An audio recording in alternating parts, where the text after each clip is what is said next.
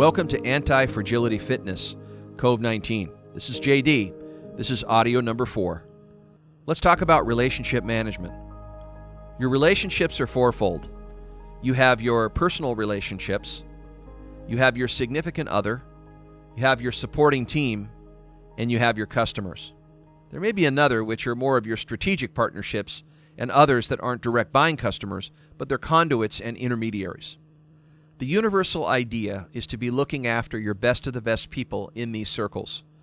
You have to cherish these individuals, be fond of them, admire them, look for ways to strengthen them, always add value just for the joy of it. Your orientation is on how they can win. It's always about being a go-giver, right? It's not about you. If you focus on them first, it's pretty obvious things will be coming your way. It's when you're greedy and ambitious about what you can take that just takes away chances for them to delight you, serve you, originate opportunities for you. There are always opportunities and open doors whenever you continue to help people and help them by giving them helpful help that they can't give themselves. Taking honest help into account means understanding what people really danger themselves into and how you remove it, how you give them opportunities that they want to reach, and how you help them strengthen things that excite them already. If you're always focusing on the leadership and the confidence and relationship and creativity that you can bring those domains, you'll always be valuable. And that means you've got your heart in the right place, you've got your intellect using its right gifts, and you've got your whole soul force having a place within you that's always directed from your source-centric purpose to help people and to help them genuinely get helpful help.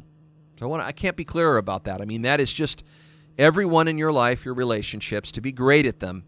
You have to be able to show that kind of fondness and admiration for what is great in their life and what needs to be improved from there, what is endangering them, and what has to be removed through your heroics, and what opportunities they need to reach so that you can help them reach those opportunities. And that means listening. The greatest leadership skill in the world is listening.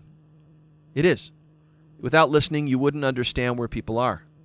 If you don't understand where they are, you can't market to them. You can't sell the right way. You can't relate with them and build them in terms of a relationship long term. You can't really do much when you don't listen. So it's not about what you say. It's about what you hear. You have 2 ears and 1 mouth. Get interested, not interesting. Now, there's some really key things in these relationship areas. First is communication.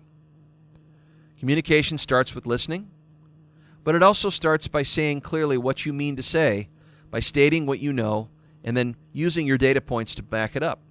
It's not about being a know-it-all. It's not about showing how much you know. But when you do claim something, always look for ways to back it up. If you're making an assumption, put it out front, dangle the carrot, and talk about how you got there. Here's my thinking on this, and here's how I got there. Make room for your ignorance. Access your ignorance. Oh, this will go a long way with your significant other by moving into that kind of space without thinking that you know. But instead, just putting your assumptions in check, making room in yourself for listening, and being a bit more curious will go a long way. Asking a few questions about what you think the other person means shows that you respect them and you're looking to understand them from where they are versus where you think they are. So get out of your head and focus more on inquiry and using curiosity and compassion and connection as the leading sources of how other people relate with you and engage with you in trustworthy ways. Creating an atmosphere of trust leads to vulnerability. That leads to intimacy and commitment to the truth, which creates great exchanges.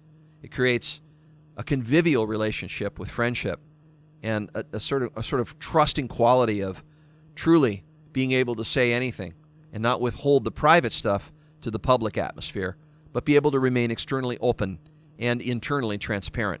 Intimacy means into me see. Into me see. And it starts with you rather than them. So that being said, we have to also learn how to set boundaries. And that means setting those boundaries means being clear about our needs, being clear about our wants.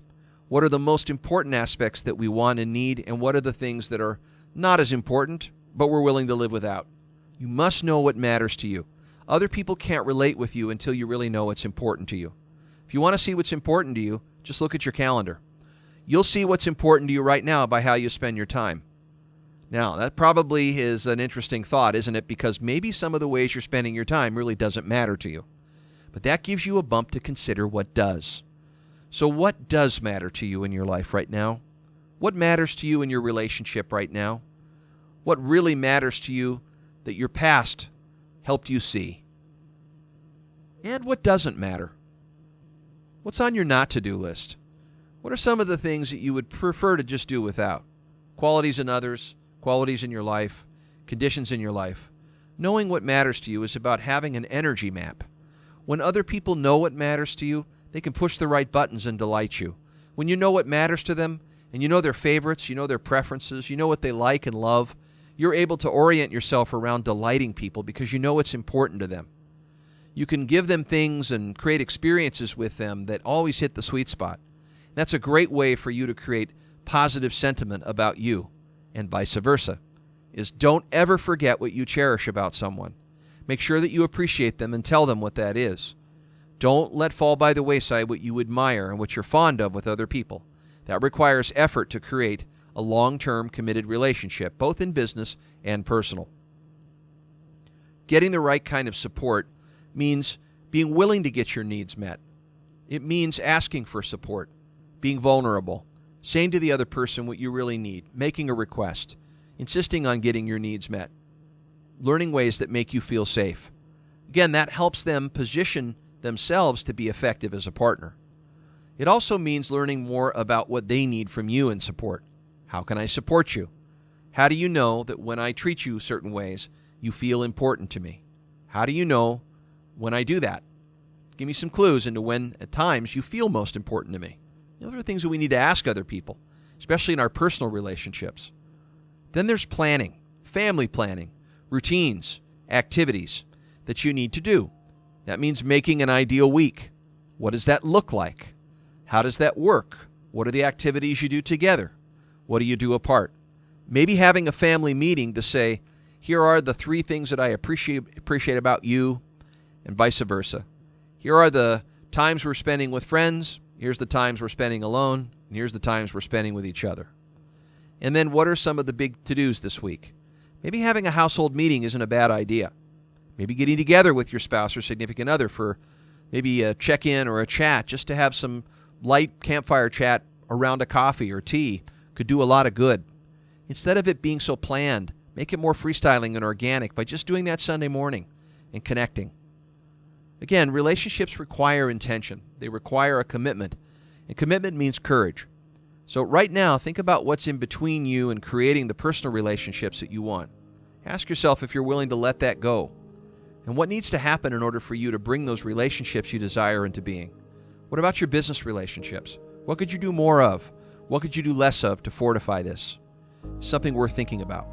In the next audio, I'm going to go into this next area, which is going to be managing your business. I'm going to go into 5 areas there that are really important to shore up in this anti-fragility fitness. See you there.